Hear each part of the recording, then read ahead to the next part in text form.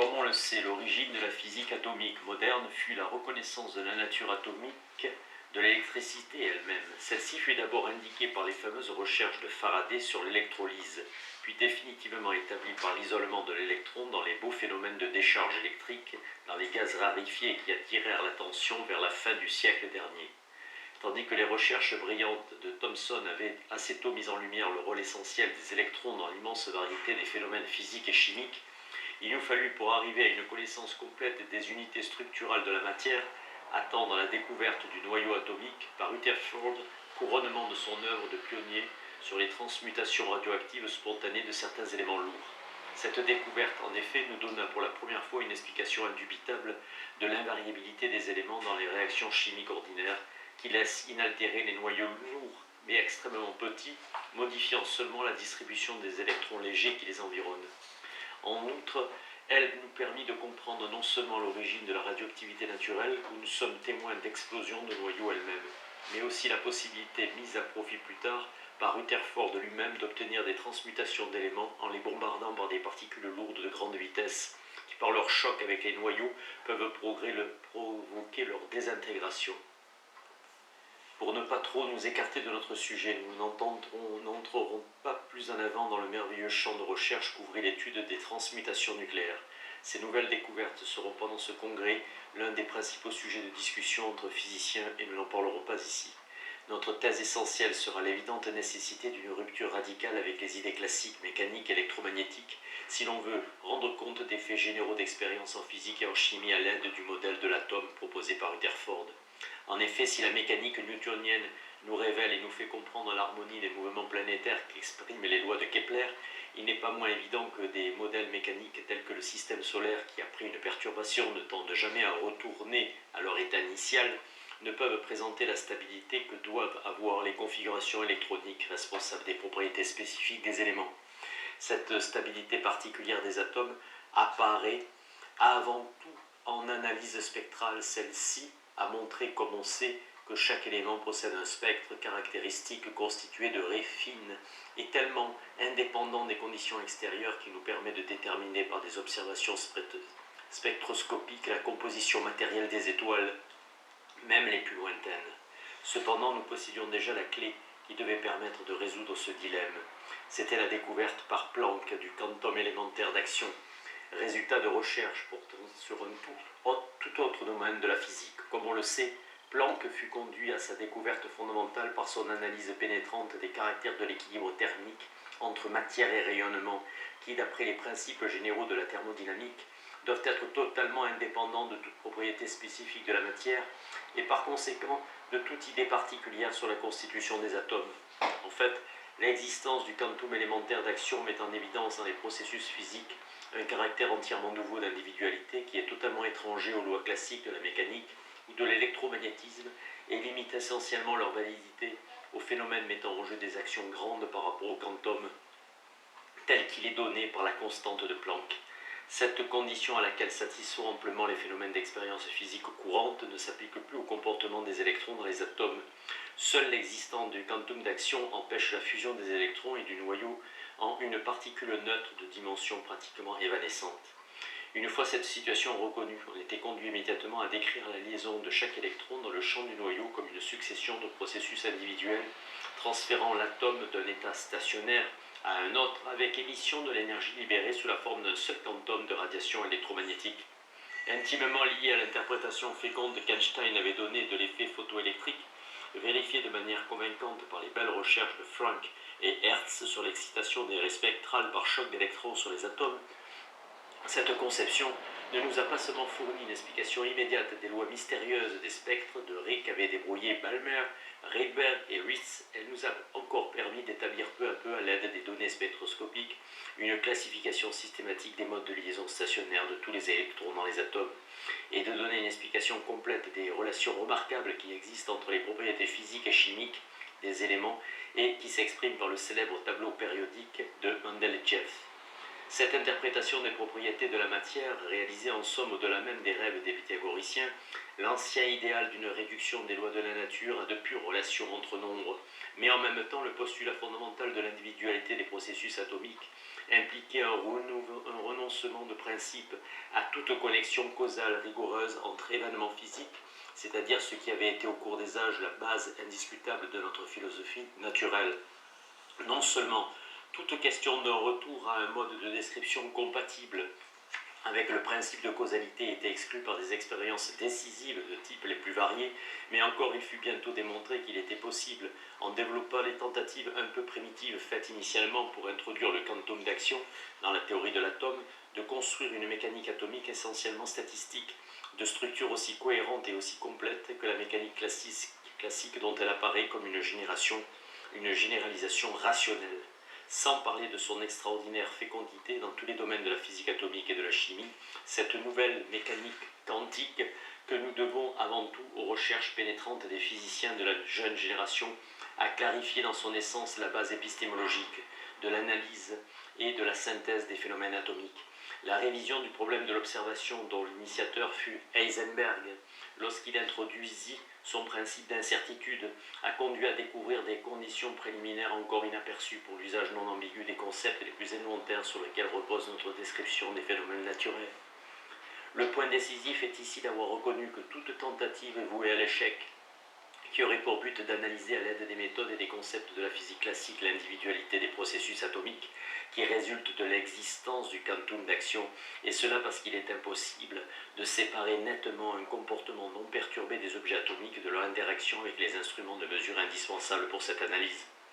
Une conséquence immédiate de cette situation est que des observations sur le comportement d'objets atomiques, faites à l'aide de dispositifs expérimentaux différents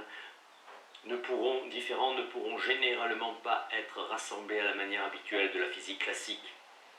En particulier, toute expérience ayant pour but de fixer les coordonnées d'espace et de temps d'un électron dans un atome impliquera inévitablement entre l'atome et les instruments de mesure un échange incontrôlable, en principe, d'impulsion et d'énergie qui annihilera complètement les remarquables lois de stabilité atomique dues au quantum d'action. Inversement, toute recherche de pareilles lois dont l'énoncé même implique la conservation de l'énergie et de l'impulsion nous imposera en principe de renoncer à localiser dans l'espace et le temps les électrons individuels de l'atome.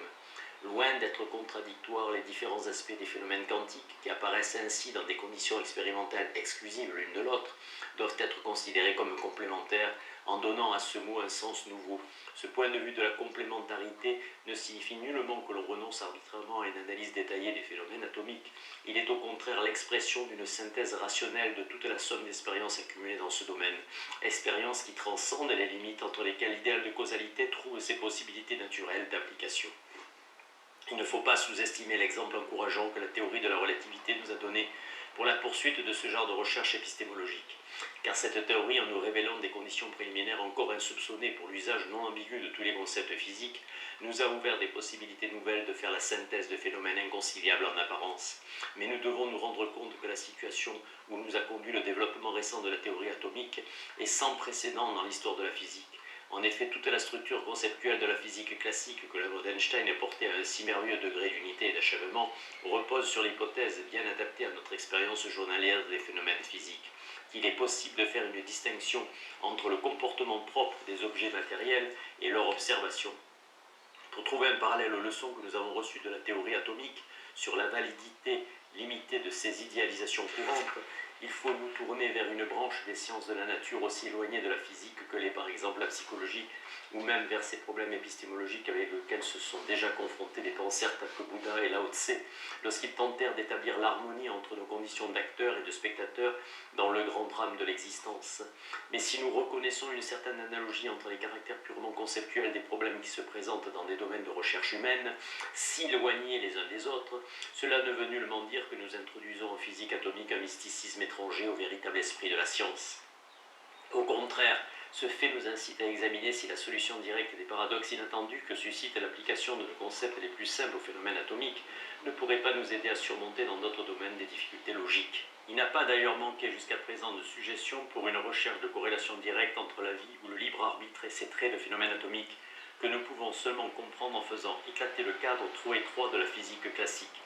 En fait, il est possible de mettre en évidence bien des caractères des réactions des êtres vivants qui reposent sans aucun doute sur une amplification de processus atomiques individuels analogue à celle qui est à la base de la technique expérimentale en physique atomique.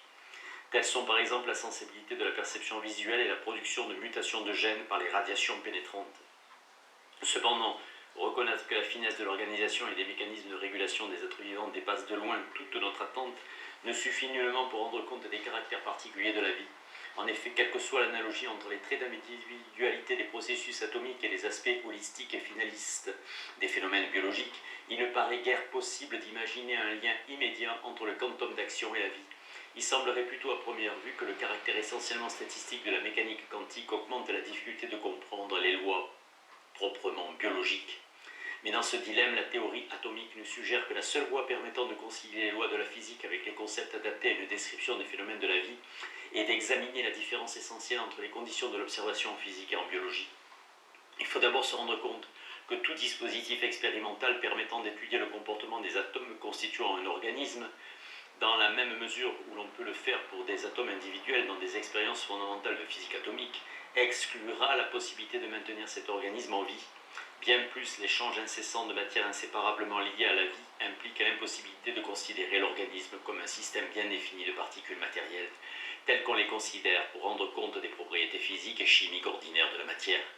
Nous sommes conduits en fait à concevoir les régularités proprement biologiques comme des lois de la nature complémentaires de celles qui entrent dans l'explication des propriétés des corps inanimés, en analogie avec la relation de complémentarité qui existe entre les propriétés de stabilité des atomes et les phénomènes qui se décrivent en termes de coordonnées d'espace-temps de leurs particules constituantes. On devrait en ce sens considérer l'existence de la vie elle-même, en ce qui concerne sa définition aussi bien que son observation, comme un postulat de base de la biologie que nous ne pouvons analyser en soi, de même que l'existence du quantum d'action avec la structure atomique ultime de la matière forme les bases élémentaires de la physique atomique. Il est manifeste que ce point de vue est également éloigné des doctrines extrêmes du mécanisme et du vitalisme. Il condamne d'une part comme inadéquate toute comparaison des organismes vivants avec des machines, qu'il s'agisse des constructions relativement simples imaginées par les vieux astrophysiciens ou des dispositifs d'amplification moderne extrêmement raffinés qui risqueraient, si par manque de critique nous en exagérerions l'importance, de nous valoir le sobriquet de iatrocantistes. D'autre part, il rejette comme irrationnelle toute tentative d'introduire quelque type particulier de loi biologique incompatible avec celle bien établie de la physique et de la chimie, comme on l'a encore proposé de nos jours sous l'impression des faits merveilleux révélés par l'embryologie sur la croissance et la division des cellules. À ce propos, il faut tout particulièrement rappeler que si dans le cadre de la complémentarité nous pouvons éviter ces contradictions, c'est parce qu'aucun résultat d'une recherche biologique ne peut être décrit sans ambiguïté autrement qu'en termes de physique et de chimie, de même que tout compte rendu d'expérience, même en physique atomique, repose sur l'usage des concepts qui nous sont indispensables pour exprimer consciemment les impressions de nos sens. Cette dernière remarque nous ramène au domaine de la psychologie où les problèmes de définition et d'observation dans les recherches scientifiques ont été clairement reconnus bien avant que ces questions ne fussent devenues aiguës dans les sciences de la nature. En effet, l'impossibilité dans l'analyse psychologique de faire une distinction nette entre les phénomènes eux-mêmes et leur perception consciente exige clairement que l'on renonce à toute description causale selon le modèle de la physique classique, et l'usage même que l'on fait de mots tels que pensée et sentiment pour décrire des expériences psychiques rappelle de la manière de la plus suggestive les relations de complémentarité de la physique atomique. Je n'entrerai pas ici dans plus de détails, j'insisterai seulement sur le fait que c'est justement cette impossibilité dans l'introspection d'une distinction nette entre le sujet et l'objet qui crée la latitude nécessaire pour que la volition se manifeste. Mais imaginez un lien direct entre le libre arbitre et la limitation de la causalité en physique atomique, comme on l'a souvent suggéré, serait absolument étranger à la tendance et qui est à la base des remarques faites sur les problèmes biologiques. En conclusion de ce discours, j'espère que l'on pardonnera la témérité d'un physicien s'aventurant si loin de son domaine propre. On considérera que c'est une occasion tout à fait bienvenue de discussion profitable entre physiciens et biologistes réunis pour honorer la mémoire du grand pionnier auquel les deux sciences doivent tant pour ses découvertes fondamentales. Chapitre 3. Le problème de la connaissance en physique et les cultures humaines. Ce n'est pas sans beaucoup d'hésitation que j'ai accepté l'aimable invitation de parler devant cette assemblée où se rencontrent d'éminents représentants des sciences anthropologiques et ethnographiques, sciences dont je ne puis naturellement pas, en tant que physicien, avoir de connaissances de première main. Allocution faite au Congrès international d'anthropologie et d'ethnographie à Copenhague en août 1938. Et pourtant, cette occasion où déjà l'environnement historique nous rappelle des aspects de la vie très différents de ceux qui sont l'objet des discussions régulières de ce congrès, il peut être intéressant d'attirer en peu de mots votre attention sur l'enseignement de pure épistémologie que nous a apporté le développement récent de la physique et sur son prolongement vers les problèmes humains généraux. Les physiciens ont appris quelles précautions étaient nécessaires dès que l'on voulait appliquer les concepts habituels à une expérience dépassant celle de tous les jours. Et quelle que soit la distance qui sépare deux champs de recherche, il semble que cette leçon puisse éclairer d'un jour nouveau les dangers bien connus des humanistes qui se présentent lorsque nous jugeons de notre propre point de vue des cultures créées par d'autres sociétés. Bien entendu, il est impossible de faire une distinction tranchée entre philosophie de la nature et culture humaine. Les sciences physiques sont en effet partie intégrante de notre civilisation, non seulement parce que notre maîtrise toujours croissante des forces de la nature a si complètement changé les conditions matérielles de la vie, mais encore parce que l'étude de ces sciences a puissamment contribué à éclairer l'arrière-plan de notre propre existence. Que n'a pas signifié en ce sens le fait que nous ayons cessé de nous considérer comme des êtres privilégiés vivant au centre de l'univers,